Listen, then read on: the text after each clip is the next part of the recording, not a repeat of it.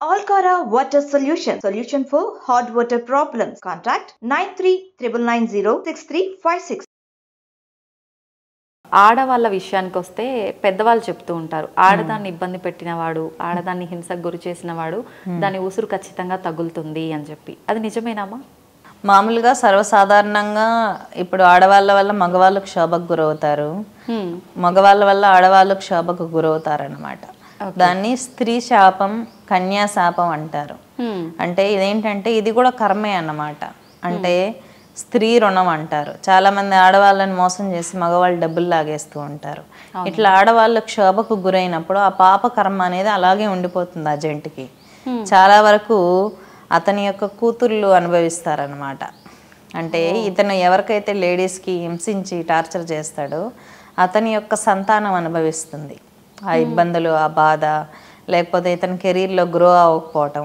కొంతమంది జెంట్స్ చాలా పూజలు చేయించుకుంటూ ఉంటాడు. ఎవరో ఒక అమ్మాయిని హింసించి టార్చర్ చేసి వచ్చి యజ్ఞయాగాలు జరిపించుకోవటం వల్ల ఏమది పోదు. అందుకే అంటారు ఇటువంటి కర్మలు పాపాలు తొలగించుకోవటానికి కన్యా పూజ అంటారు. కన్యా పూజ సువాసినీల పూజ అంటారు. తంత్రంలో సువాసిని పూజ అనేది అత్యంత ప్రత్యేకమైందన్నమాట. ఆడవాళ్ళను కూర్చోబెట్టి దేవతా స్వరూపాలుగా భావించి పాద పూజ చేస్తారు. ఎంత పెద్ద గురువైనా సరే ఒక స్త్రీని కూర్చోబెట్టి పాద పూజ చేయాల్సిందే. అప్పుడే అమ్మవారు అనేది సాటిస్ఫై అవుతుంది అన్నమాట. రామకృష్ణ పరమహంస కాళీ అనుగ్రహం పొందిన ఆయన భార్యని కూర్చోబెట్టి ఆయన పూజ చేసేవాడు. పాద పూజ చేసి ఆమెలో కాళీని దర్శనం చేసుకోగలిగాడు అన్నమాట. కాబట్టి లేడీస్ ఉసురు అనేది అంత మంచిది కాదు. చాలా మంది అబ్బాయిలు ఏంటంటే ఒకరిని మోసం చేసి ఇంకొకరిని మోసం చేసి ఆ కర్మ అనేది అలా ఉండిపోతుంది. వాళ్ళు ఫేస్ చేయాల్సిందే. యూనివర్స్లో లా ఆఫ్ అట్రాక్షన్ ఉంది కదా, యాక్షన్కి రియాక్షన్ అనేది ఖచ్చితంగా ఉంటుంది. అదంతా మనం ఈ జన్మలోనే అనుభవించాం. దీన్ని స్త్రీ శాపం, స్త్రీ రుణం అంటారన్నమాట. వీటి వల్ల ఏంటంటే జెంట్స్ ఫైనాన్షియల్గా డెవలప్ అవ్వలేరు.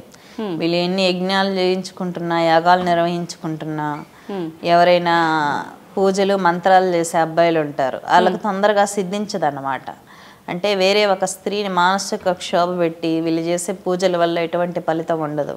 కాబట్టి వీటికనేసే ప్రత్యామ్నాయంగా కుమారి పూజ, సువాసిని పూజ అంటారు. కేవలం ఈ పూజలు, ఈ సంస్కృతి అనేది మన హిందూ సంప్రదాయంలోనే చాలా గొప్పదైన సంస్కృతి అన్నమాట. మన సంస్కృతి సాంప్రదాయం హిందూ ధర్మం ఏం చెప్పింది?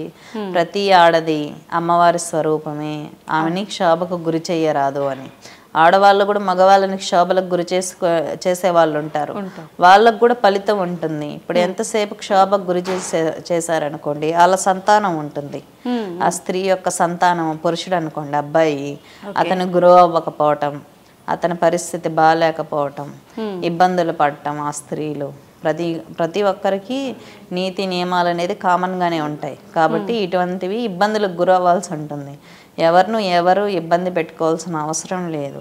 ఇబ్బంది పెట్టి హింసించి వాళ్ళు ప్రలోభాలకు గురి చేసుకొని చేసే సాధనల వల్ల, పూజల వల్ల ఎటువంటి ఫలితాలు ఉండవన్నమాట. కాబట్టి ఎప్పుడు తన పక్కన వాళ్ళని నొప్పించకుండా ధర్మం, న్యాయం అనేవి ఉంటాయి. అవి ఎరిగి ఉండాల్సి ఉంటుంది. ఎక్కువ పూజలు, మీరు అన్నట్టుగా ఎక్కువ పూజలు చేసే వాళ్ళే ఎక్కువగా ఇబ్బందులు కూడా పెడుతూ ఉంటారమ్మా. నిజంగా మూర్ఖంగా బిహేవ్ చేస్తుంటారు.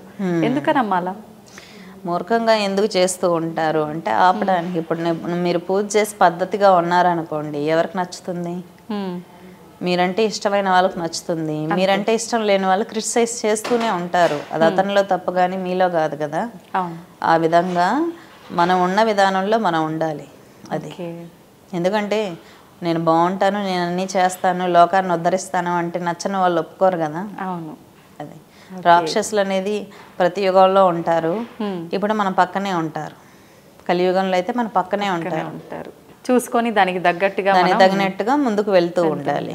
అమ్మా, అయితే ఆడవారికి సంబంధించి నాది ఇంకొక చిన్న డౌట్ అమ్మా. ఇప్పుడు పెళ్లి చూపులు చూసేటప్పుడు కానీ ఎక్కువగా కొన్ని సందర్భాల్లో మన ఇంట్లోకి వచ్చే అమ్మాయి లక్ష్మీదేవి ఇట్లా అని అమ్మవారితో పోలుస్తుంటారు. కొన్నిసార్లు అమ్మాయి అడుగు పెట్టిన తర్వాత మాకు కలిసి వచ్చింది అని, తర్వాత ఈ అమ్మాయి అడుగు పెట్టింది మాకు అంతా దరిద్రం చుట్టుకుంది, ఇంతకుముందు చాలా బాగుండేటోళ్ళమని ఇట్లా.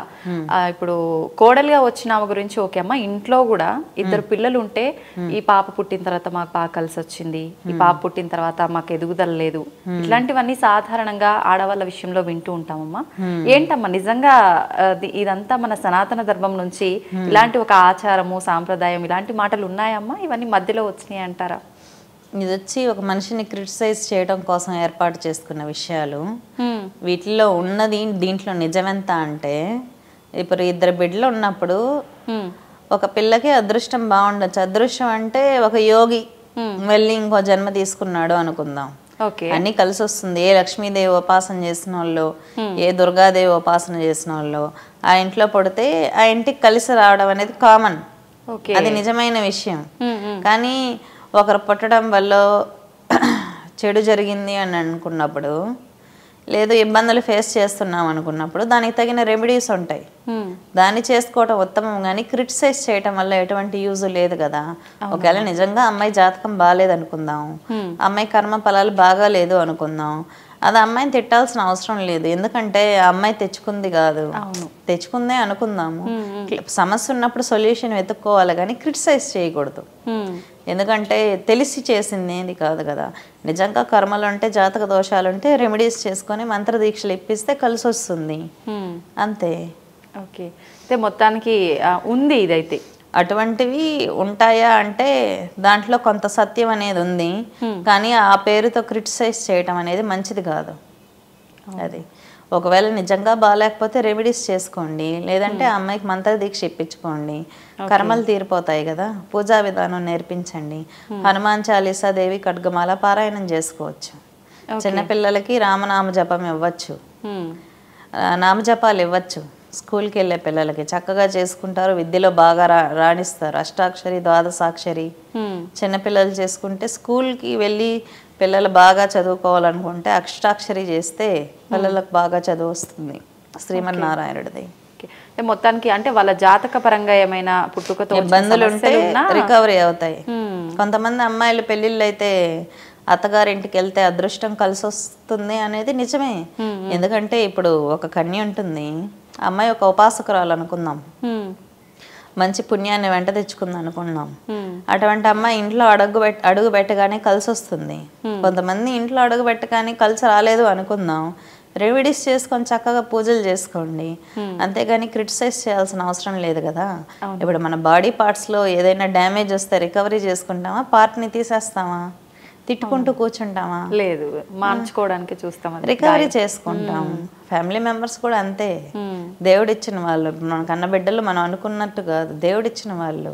కాబట్టి రికవరీ కోసమే ఆలోచించాలి, సొల్యూషన్ కోసం. అయితే అమ్మ, రుద్రాక్షల విషయానికి వస్తే చాలా మంది ఈ రుద్రాక్ష ధరిస్తే నీకు మంచి జరుగుతుంది ఇలాంటివి చాలా వింటున్నామమ్మా. మనకు అసలు నిజంగా ఎటువంటి రుద్రాక్ష ధరించాలి, నిజంగా రుద్రాక్షలు ధరించడం వల్ల మంచి జరుగుతుందా, అసలు ఆడవాళ్ళు రుద్రాక్షలు ధరించొచ్చా? ఒక రుద్రాక్ష అనే టాపిక్ తీసుకుంటే చాలా సందేహాలమ్మా.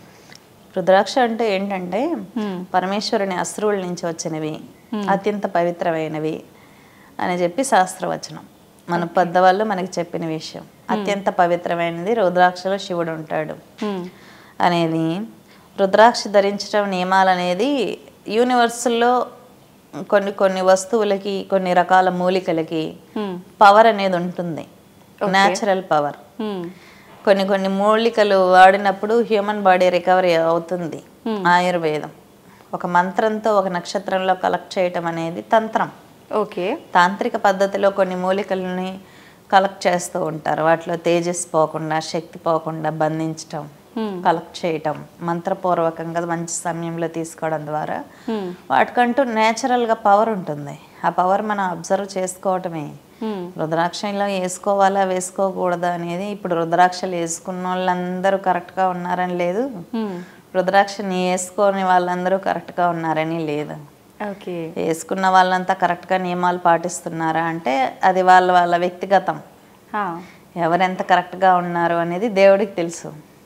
ఇక నియమాలు అంటారా, దేనికి తగినవి దానికి ఉంటాయి. ఆచరణ విధానం ఒకరోజు ఆచరించి రెండో రోజు ఆచరించకపోయినా వాటి వల్ల పెద్ద యూజ్ ఉండదు. నిజాయితీ ఎక్స్టర్నల్లో కాదు, మనలో మనం వెతుక్కోవాలి. ఓకే, అదే రుద్రాక్ష వేసుకోవడమో ఇవన్నీ కాదు, మనలో మనం ధర్మం అనేది మనలో ఉండాలి.